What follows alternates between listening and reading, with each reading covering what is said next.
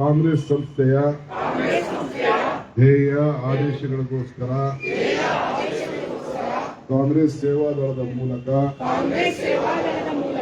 ನಮ್ಮ ದೇಶಕ್ಕೆ ಮತ್ತು ದೇಶದ ಜನರಿಗೆ ನಮ್ಮ ಶಕ್ತಿ ಸಾಧನದ ಸೇವೆಯನ್ನು ಸಲ್ಲುತ್ತೇವೆಂದು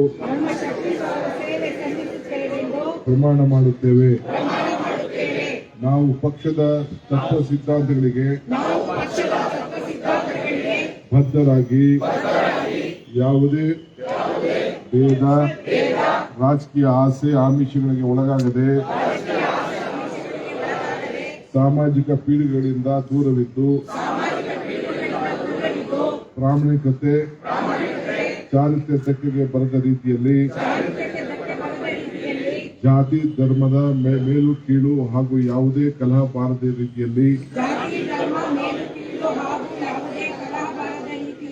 ಪ್ರಾಮಾಣಿಕವಾಗಿ ಕಾರ್ಯನಿರ್ವಹಿಸುತ್ತೇವೆಂದು ಹಾಗೂ ಶಾರೀರಿಕವಾಗಿ ಸಬಲನಾಗಿಯೂ ಬೌದ್ಧಿಕನಾಗಿಯೂ ಸಚೇತಕನಾಗಿಯೂ ಮಾನಸಿಕವಾಗಿ ಪವಿತ್ರವಾಗಿಯೂ ಉಳಿಯುವುದು ಕಾಂಗ್ರೆಸ್ ಸೇವಕರಾದ ನಮ್ಮ ಕರ್ತವ್ಯ.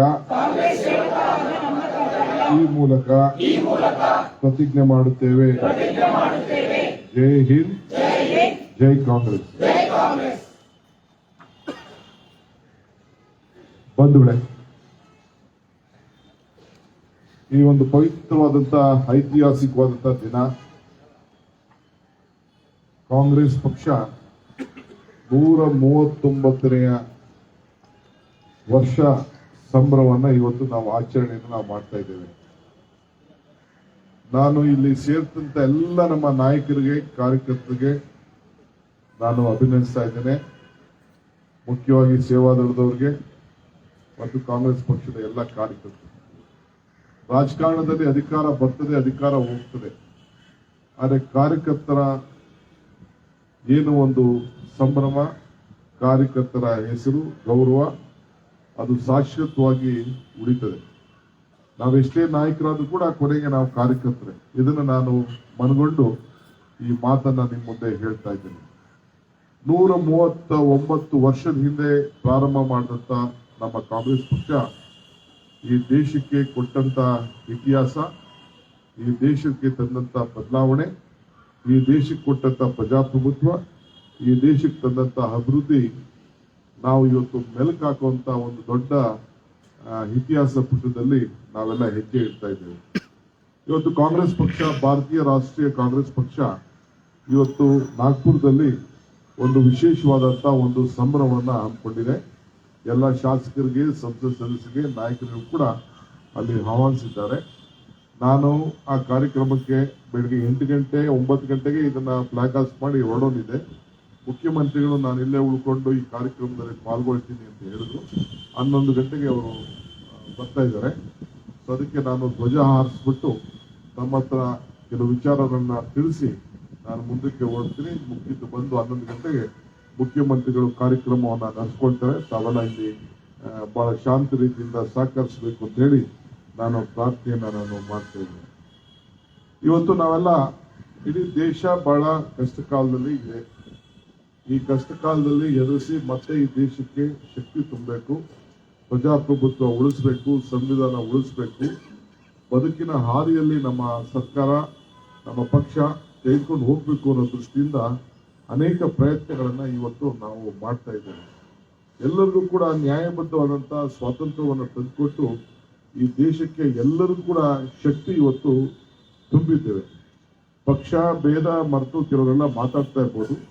ಆದ್ರೆ ಇವತ್ತು ಎಲ್ಲರೂ ಕೂಡ ಸ್ವಾತಂತ್ರ್ಯ ತಂದುಕೊಟ್ಟದ್ದು ಯಾರಪ್ಪ ಅಂತಂದ್ರೆ, ಯಾರಿಗೆ ಧ್ವನಿ ಕೊಟ್ಟದ್ದು ಯಾರು, ಯಾರಿಗೆ ವಿದ್ಯಾಭ್ಯಾಸ ಕೊಟ್ಟದ್ದು ಯಾರು, ಯಾರು ಅಣೆಕಟ್ಟುಗಳನ್ನ ಕಟ್ಟಿದ್ದು ಯಾರು, ಯಾರು ಅಭಿವೃದ್ಧಿಶೀಲ ರಾಷ್ಟ್ರವನ್ನಂತೇಳಿ ಮಾಡಿದ್ದು ಅಂತಂದ್ರೆ ಇದು ನಮ್ಮ ಪಕ್ಷ ಅಂತ ಹೇಳ್ಕೊಳ್ಳಿಕ್ಕೆ ನಮ್ಮೆಲ್ಲರೂ ಕೂಡ ಬಹಳ ಸಂತೋಷ ಆಗ್ತದೆ.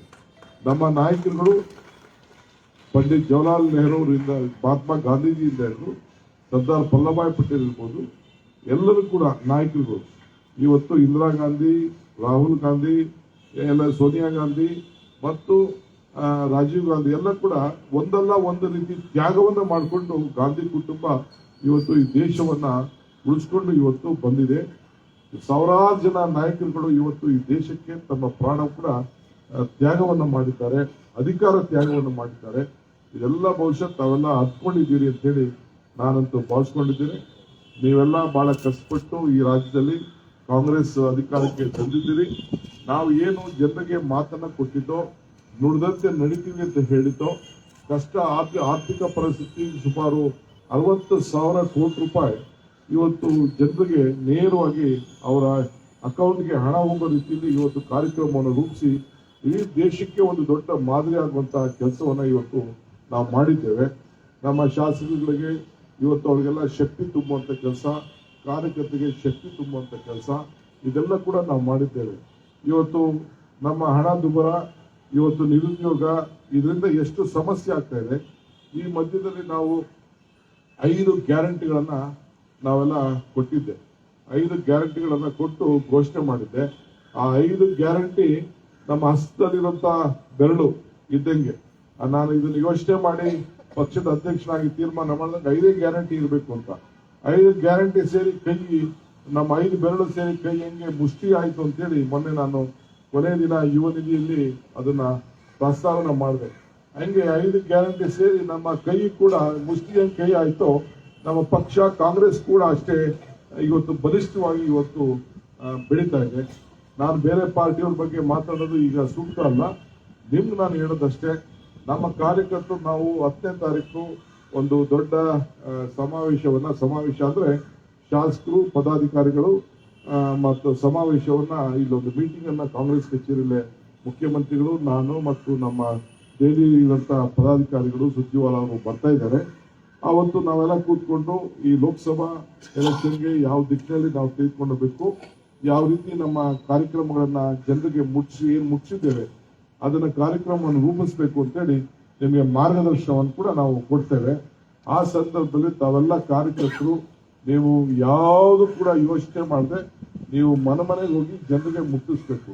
ಈಗ ನೋಡಿ, ಬಿಜೆಪಿಯವರು RSS ಮುಖಾಂತರ ಇವತ್ತು ಅವ್ರಿಗೂ ಈ ರಾಮ ಮಂದಿರಕ್ಕೂ ಏನು ಸಂಬಂಧ ಏನಿಲ್ಲ. ಆದ್ರೆ RSS ಅವ್ರನ್ನ ಮನೆಗೆ ಕಳಿಸಿಸ್ಬಿಟ್ಟು ಅಕ್ಷತೆ ಕೊಟ್ಬಿಟ್ಟು ಎಲ್ಲರೂ ಕೂಡ ಮನೆಗೆ ಇಲ್ಲಿಂದನೇ ನೀವು ಅಕ್ಷತೆ ಹಾಕಿ ಅಂತ ಹೇಳ್ತಾ ಇದ್ದಾರೆ. ಯಾರಿಗೂ ಅಂದ್ರೆ ಅವರು ಭಾವನೆ ಮೇಲೆ ರಾಜಕಾರಣ ಮಾಡ್ಲಿಕ್ಕೆ ಹೋಗ್ತಾ ಇದ್ದಾರೆ. ನಾವು ಬದುಕಿನ ಮೇಲೆ ನಾವು ರಾಜಕಾರಣ ಮಾಡಬೇಕು. ನಾವು ಅವ್ರಿಗೆಲ್ಲ ಬದುಕಿಗೆ ಒಂದು ಬದಲಾವಣೆಯನ್ನ ತಂದು ಕೊಡ್ತಾ ಇದ್ದೇವೆ. ಪ್ರತಿಯೊಂದು ಕುಟುಂಬಕ್ಕೂ ಕೂಡ ನಾವು ನೇರವಾಗಿ ಅವ್ರಿಗೆ ಹಣ, ಹೆಣ್ಮಕ್ಳಿಗೆ ಬಸ್ಸು, ಯುವಕರಿಗೆ ಅನ್ನಭಾಗ್ಯ, ಈ ರೀತಿ ಜ್ಯೋತಿ, ಗೃಹ ಜ್ಯೋತಿ, ಇಂಥ ಒಂದು ವಿಶೇಷವಾಗಿ ನಾನು 40 ವರ್ಷದಿಂದ ರಾಜಕಾರಣ ಮಾಡಿಕೊಂಡು ನಾನು ಬಂದಿದ್ದೇನೆ. ಇಂಥ ಅವಕಾಶ, ಇಂಥ ಭಾಗ್ಯ ನಮಗೆ ಸಿಕ್ಕಿರ್ಲಿಲ್ಲ. ಸೊ ನುಡಿದಂತೆ ಈ ಸಂದರ್ಭದಲ್ಲಿ ನಡೆದಿದ್ದೇವೆ. ಇದನ್ನ ನೀವು ಜನರಿಗೆ ಮುಟ್ಟಿಸುವಂತ ಕೆಲಸ ಮಾಡಬೇಕು. ಈಗ ಒಂದು ದೊಡ್ಡ ಜವಾಬ್ದಾರಿ, ಪಾರ್ಲಿಮೆಂಟ್ ಎಲೆಕ್ಷನ್ ಕೂಡ ಬಂದಿದೆ. ನನಗೇನು ಸಿಕ್ಲಿಲ್ಲ ಅನ್ನೋದು ಯಾರು ಚಿಂತೆ ಮಾಡೋದು ಬೇಡ. ಈಗ ಸುಮಾರು ಒಂದೊಂದು ಕ್ಷೇತ್ರದಲ್ಲಿ 50-60 ಲೋಕಲ್ ಲೆವೆಲ್ ಸ್ಥಾನಮಾನಗಳು, ಹಾಸ್ಪಿಟಲ್ ಕಮಿಟಿಗಳು, ಕಾಲೇಜ್ ಕಮಿಟಿಗಳು, ಡ್ಯಾಮ್ಗಳಲ್ಲಿರುವಂತಹ ಕಮಿಟಿಗಳು, ಬೇರೆ ಬೇರೆ ನಮ್ಮ ಪಶುವೈದ್ಯ ಶಾಲೆ ಸಮಿತಿಗಳು, ಈ ರೀತಿ ಲ್ಯಾಂಡ್ ಗ್ರಾಂಟು, ಲ್ಯಾಂಡ್ ಟ್ರಿಬ್ಯುನಲ್, ಆಶ್ರಯ, ಲೋಕಲ್ ಪ್ಲಾನಿಂಗ್ ಅಥಾರಿಟಿ, ಇಂಥವೆಲ್ಲ 50-60 ಜನ ಕಾರ್ಯಕರ್ತರಿಗೆ ಒಂದು ಸ್ಥಾನವನ್ನ ಕೊಡುವಂತದ್ದು ಒಂದು ಬೇಕಾದಷ್ಟು ಅವಕಾಶ ಇದೆ. ಒಂದೊಂದು ಕ್ಷೇತ್ರದಲ್ಲಿ ಇಬ್ಬರಿಗೂ ಒಂದು ಡೈರೆಕ್ಟರ್ ಮಾಡ್ಬೋದು, 600 ಇದೆ, 2 ಮಾಡ್ಬೋದು. ಅದು ಬಿಟ್ಟರೆ ಜಾಸ್ತಿ ಮಾಡ್ಲಿಕ್ಕೆ ಸಾಧ್ಯ ಆಗುದಿಲ್ಲ. 2 ವರ್ಷ ರೊಟೇಷನ್ ಮಾಡಬೇಕು ಅಂತ ಹೇಳಿ ತೀರ್ಮಾನವನ್ನ ಮಾಡಿದ್ದೇವೆ. ಕಾರ್ಯಕರ್ತರ ಬಗ್ಗೆ ನನಗೂ ಅರಿವಿದೆ. ಕಾರ್ಯಕರ್ತರು ನಾಮಿನೇಷನ್ಸ್ ನ ಏನ್ ಮಾಡಬೇಕು ಅಂತ ಹೇಳಿದ್ರೆ ತಾಳ್ಮೆಯಿಂದ ತಾವೆಲ್ಲ ಇರಬೇಕು. ಈಗ ನಿನ್ನೆ ರಾತ್ರಿ ಕೂಡ ನನಗೆ AICC ಅಧ್ಯಕ್ಷರು ಕೆಲವು ವಿಚಾರಗಳನ್ನ ಮಾತಾಡಿದ್ದಾರೆ, ಮಾರ್ಗದರ್ಶನ ಕೊಟ್ಟಿದ್ದಾರೆ.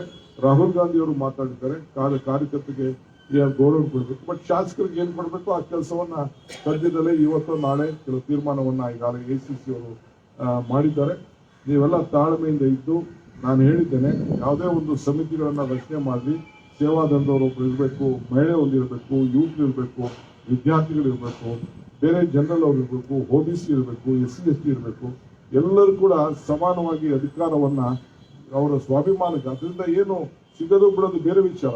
ಒಂದು ಗೌರವದಿಂದ ಅವರ ಕುಟುಂಬದಲ್ಲಿ ಕಾರ್ಯಕರ್ತರು ಸರ್ಕಾರ ಏನ್ ಮಾಡ್ತಪ್ಪ ಅಂದ್ರೆ ನನಗೆ ಸರ್ಕಾರ ಪಕ್ಷ ಈ ರೀತಿ ಗುರುತಿಸಿದೆ ಅನ್ನೋದನ್ನ ತೋರಿಸ್ಬೇಕು ಅನ್ನೋ ದೃಷ್ಟಿಯಿಂದ ಈ ರೀತಿ ಕಾರ್ಯಕ್ರಮವನ್ನು ರೂಪಿಸಬೇಕು ಅಂತ ಹೇಳಿ ನಾನು ಎಲ್ಲ ಶಾಸಕರಿಗೆ ತಿಳಿಸಿದ್ದೇನೆ. ಸೊ 10ನೇ ತಾರೀಕು ಕಳೆಯುವಂತ ಸಭೆಯಲ್ಲಿ ಏನು ಮಾರ್ಗದರ್ಶನ ಈಗಾಗಲೇ ನಾನು ತಿಳಿಸಿ ಕಳಿಸ್ಕೊಟ್ಟಿದ್ದೇನೆ. ಮುಂದಕ್ಕೂ ಕೂಡ ನಾನು ಏನು ಮಾರ್ಗದರ್ಶನವನ್ನು ಕೊಡಬೇಕು ಆ ಕೆಲಸ ಕೂಡ ನಾವು ಮಾಡ್ತೇವೆ. ಇವತ್ತೆಲ್ಲ ನೀವು ಕಾರ್ಯಕರ್ತರು, ಸೇವಾದಳದ ಮುಖಂಡರು ಈ ಪಕ್ಷನ ಉಳಿಸ್ಕೊಂಡು ಬೆಳೆಸ್ಕೊಂಡು ಬಂದಿದ್ದೀರಿ. ಇಡೀ ದೇಶಕ್ಕೆ ಕರ್ನಾಟಕ ರಾಜ್ಯ ನಮ್ಮ ಗೆಲುವು ಪಕ್ಕದ ತೆಲಂಗಾಣ ಕೂಡ ಈ ಮುಟ್ಟಿದೆ. ನೂರಾರು ಜನ ಆಂಧ್ರ ಪ್ರದೇಶದಿಂದ ನನ್ನ ಹತ್ರ ಬರ್ತಾ ಇದ್ದಾರೆ, ಬಂದು ನನ್ನ ಹತ್ರ ಮಾತಾಡ್ತಾ ಇದ್ದಾರೆ. ನಾವು ಬಿಟ್ಟು ಬರ್ತೇವೆ, ನಾವು ಸೇರ್ಕೊಳ್ತೇವೆ, ಮುಂದಕ್ಕೆ ನಮ್ಗೆ ಅಟ್ಲೀಸ್ಟ್ ಒಂದು ಸೀಟ್ ಬರೋಂಗೆ ನಾವು ಮಾಡ್ತೀವಿ ಅಂತಂದ್ರೆ ನಮ್ಮ ಪ್ರಭಾವ ಇಡೀ ದೇಶಕ್ಕೆ ತಲುಪಿದೆ. ಬೇರೆ 3 ರಾಜ್ಯದಲ್ಲಿ ಏನಾಯ್ತು ಅನ್ನೋದನ್ನ ದೊಡ್ಡ ವಿಮರ್ಶೆ ನಡೀತಾ ಇದೆ. ನಾನು ಬೇರೆ ಸಂದರ್ಭದಲ್ಲಿ ಆ ವಿಚಾರನ ಚುನಾವಣೆಯಲ್ಲಿ ಏನಾಯ್ತು, ಯಾಕಾಯ್ತು ಅಂತ ಹೇಳಿದ್ರೆ ವಿವಿಧ ನಾಯಕರು ವಿವಿಧ ರೀತಿಯ ಅಭಿಪ್ರಾಯವನ್ನ ತಿಳಿಸ್ತಾ ಇದ್ದಾರೆ. ಆದರೆ ನಮಗೂ ಕೂಡ ಅದು ಎಚ್ಚರಿಕೆ ಗಂಟೆ ಇತ್ತು. ಅದನ್ನು ನಾನು ಗಮನದಲ್ಲಿ ಇಟ್ಕೊಂಡು ನಾನು ನನ್ನದೇ ಆದಂತಹ ರೀತಿಯಲ್ಲಿ ಪ್ರಯೋಗವನ್ನು ಮಾಡಿ ಇವತ್ತು ಅದನ್ನೆಲ್ಲ ತಡೆಗಟ್ಟಿ ಇವತ್ತು ನಮ್ಮ ಪಕ್ಷ 136 ಸೀಟನ್ನ ಇವತ್ತು ಗೆದ್ದು ನಿಮ್ಗೆಲ್ಲ ಒಂದು ದೊಡ್ಡ ಪುಷ್ಟಿ ಬಂದಿದೆ. ನನಗೆ ಅಧಿಕಾರ ಸಿಗ್ಲಿಲ್ಲ ಅನ್ನೋದು ತಾವು ಚಿಂತೆ ಮಾಡೋದು ಬೇಡ. ನಿಮ್ ಪಕ್ಷ ಈ ರಾಜ್ಯದಲ್ಲಿ ಅಧಿಕಾರ ಮಾಡ್ತಾ ಇದೆಯಲ್ಲ, ಇದಕ್ಕೆ ನೀವೆಲ್ಲ ಕೂಡ ಬಹಳ ಸಂತೋಷದಿಂದ ಇರಬೇಕು. ಒಂದಲ್ಲ ಒಂದು ಸಂದರ್ಭದಲ್ಲಿ ಅಧಿಕಾರ ನಿಮ್ಮೆಲ್ಲರೂ ಕೂಡ ಕಾರ್ಯಕರ್ತರಿಗೆ ಸಿಕ್ಕೇ ಸಿಗ್ತದೆ. ನಾವು ನಮ್ಮ ಶಾಸಕರಿಗೆ ಹೇಳಿದ್ದೇವೆ, ಪಕ್ಷದಲ್ಲಿ ಫಸ್ಟ್ ಯಾರು ದುಡಿದಿರ್ತಾರೆ, ಪಕ್ಷದಲ್ಲಿ ಯಾರು ಗೌರವದಿಂದ ಬ್ಲಾಕ್ ಮಟ್ಟದಿಂದ ಕೆಲಸ ಮಾಡಿರ್ತಾರೆ, ವಾರ್ಡ್ ಮಟ್ಟದಿಂದ ಯಾರು ಕೆಲಸ ಮಾಡಿರ್ತಾರೆ ಅಂತವ್ರಿಗೆ ಗುರುಸುವಂತ ಕೆಲಸ ತಾವು ಮಾಡಲೇಬೇಕಾಗ್ತದೆ ಅನ್ನೋದನ್ನ ಮಾರ್ಗದರ್ಶನವನ್ನು ಕೂಡ ನಾನು ಕೊಟ್ಟಿದ್ದೇನೆ ಅನ್ನೋ ಮಾತನ್ನ ಇವತ್ತು ಕಾಂಗ್ರೆಸ್ ಸಂಸ್ಥಾಪನಾ ದಿನಾಚರಣೆಯಲ್ಲಿ ಈ ವಿಚಾರವನ್ನ ತಮಗೆ ನಾನು ಹಂಚಿಕೊಳ್ಳಿಕ್ಕೆ ನಾನು ಪ್ರಯತ್ನ ಮಾಡ್ತೇನೆ. ಮತ್ತು ಕಾಂಗ್ರೆಸ್ ಪಕ್ಷ ಈಗಾಗಲೇ ಹಣ ಸಂಗ್ರಹ ಮಾಡಲಿಕ್ಕೆ ಒಂದು ದೊಡ್ಡ ಕಾರ್ಯಕ್ರಮ ಆಂದೋಲನವನ್ನ ಮಾಡಲಿಕ್ಕೆ ಹೊರಟಿದೆ. ಮುಂದಕ್ಕೆ ಇವತ್ತಿನಿಂದ ಈಗಾಗಲೇ ಒಂದು ವಾರದಿಂದ ಅದನ್ನ ಪ್ರಾರಂಭ ಮಾಡಿದ್ದಾರೆ. ನಾನು ಅದನ್ನ ಕನ್ನಡದಲ್ಲಿ ಅನುವಾದ ಮಾಡಿಕೊಡ್ತೇನೆ. ನೇರವಾಗಿ ಆಪ್ ಮುಖಾಂತರ CM ಇಂಥವೆಲ್ಲ ಕೂಡ ಉಪಯೋಗಿಸ್ಕೊಂಡು ಯಾವುದು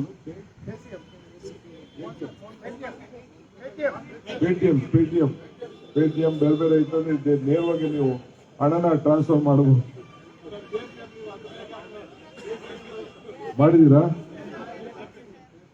ಓಕೆ, ಅದೆಲ್ಲ ಕೂಡ ಬಂದಿದೆ. ಸೊ ಆ ರೀತಿ ಸ್ಕ್ಯಾನ್ ಮಾಡೋದು. ಫೋನ್ ಪೇ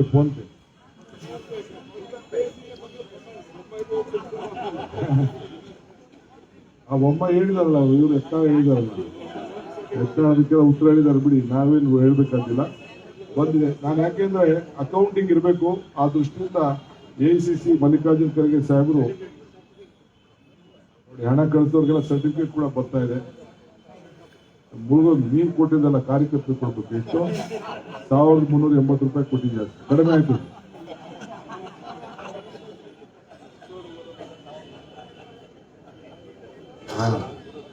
ನಾನು ಸಣ್ಣ ಮೊನ್ನೆ 5ನೇ ಗ್ಯಾರಂಟಿ ಇರೋ ದಿನ ಒಂದು ಸಣ್ಣ ವಿಚಾರವನ್ನ ಕವನನ ಹೇಳಿದೆ. ಕವನ ಅಂದ್ರೆ ಅಲ್ಲೇ ಬರೆದ್ಬಿಟ್ಟು 5 ಬೆರಳು ಸೇರಿ ಒಂದು ಮುಷ್ಟಿ ಆಯಿತು, 5 ಗ್ಯಾರಂಟಿ ಸೇರಿ ಕೈ ಗಟ್ಟಿ ಆಯಿತು, ಅರಳಿದ ಕಮಲ ಹೂವು ಇದನ್ನ ನೋಡಿ ಉದುರು ಹೋಯಿತು, 5 ಗ್ಯಾರಂಟಿ ನೋಡಿ ಮಹಿಳೆ ತಾನು ಹೊತ್ತ ತೆನೆಯನ್ನ ಎಸೆದು ಹೋದಳು, 5 ಗ್ಯಾರಂಟಿ ಸೇರಿ ಕೈ ಗಟ್ಟಿ ಆಯಿತು, ಕರ್ನಾಟಕ ಸಮೃದ್ಧಿ ಆಯಿತು, ಕರ್ನಾಟಕ ಪ್ರಬುದ್ಧವಾಯಿತು ಅಂತೇಳಿ ನಾನು ಯೋನಿಗೆ ದಿನ ಅದನ್ನ ಅಲ್ಲೇ ಸ್ಟೇಜ್ ಮೇಲೆ ಬರೆದು ಅದನ್ನ ಹೇಳಿದ್ದೆ. ಹಂಗೆ ನಿಮ್ಮ 5 ಬೆರಳು ಸೇರಿ ಈ ಕೈ ಮುಷ್ಟಿ ಆಯ್ತು, ಈ ಕೈ ಗಟ್ಟಿ ಆಯ್ತು, ನೀವು ಗಟ್ಟಿ ಆದ್ರಿ, ಇದನ್ನ ಉಳಿಸ್ಕೊಂಡು ಬೆಳೆಸ್ಕೊಂಡು ಹೋಗಿ ಅಂತ ಹೇಳಿ ಈ ಕಾರ್ಯಕ್ರಮದ ಏನು ಜವಾಬ್ದಾರಿ ಇದೆ ಅದನ್ನೆಲ್ಲ ನೀವು ಇದನ್ನ ತೆಗೆದುಕೊಂಡು ಹೋಗ್ಬೇಕು. ಮನೆಗೂ ಹೋಗಿ ಈ ಕಾರ್ಯಕ್ರಮ ತಲುಪಿದ್ಯೋ ಇಲ್ಲೋ ಅನ್ನೋ ಒಂದು ಕಾರ್ಯಕ್ರಮವನ್ನ ಪ್ರತಿ ಬ್ಲಾಕ್ ನಲ್ಲೂ ನೀವು ರೂಪಿಸ್ಬೇಕು, ಪ್ರತಿ ವಾರ್ಡ್ ಅಲ್ಲೂ ರೂಪಿಸ್ಬೇಕು, ಪ್ರತಿ ಪಂಚಾಯತಿನಲ್ಲೂ ರೂಪಿಸ್ಬೇಕು, ಪ್ರತಿ ಬೂತ್ ಅಲ್ಲೂ ಕೂಡ ನೀವು ರೂಪಿಸ್ಬೇಕು ಅಂತೇಳಿ ನಮ್ರತೆಯಿಂದ ನಾನು ಪ್ರಾರ್ಥನೆ ಮಾಡ್ತಾ ಇದ್ದೇನೆ. ಎಲ್ಲರಿಗೂ ನಮಸ್ಕಾರ. 11 ಗಂಟೆಗೆ ಗೌರವಾನ್ವಿತ ಮುಖ್ಯಮಂತ್ರಿಗಳು ಬರ್ತಾ ಇದ್ದಾರೆ. ತಾವು ಈ ಕಾರ್ಯಕ್ರಮದಲ್ಲಿ ಭಾರತ್ ಜೋಡೋ ಭವನದಲ್ಲಿ ಪಾಲ್ಗೊಳ್ಳಬೇಕು ಅಂತ ಹೇಳಿ ಪ್ರಾರ್ಥನೆ ಮಾಡ್ತಾ ಇದ್ದೀನಿ. ನಮಸ್ಕಾರ.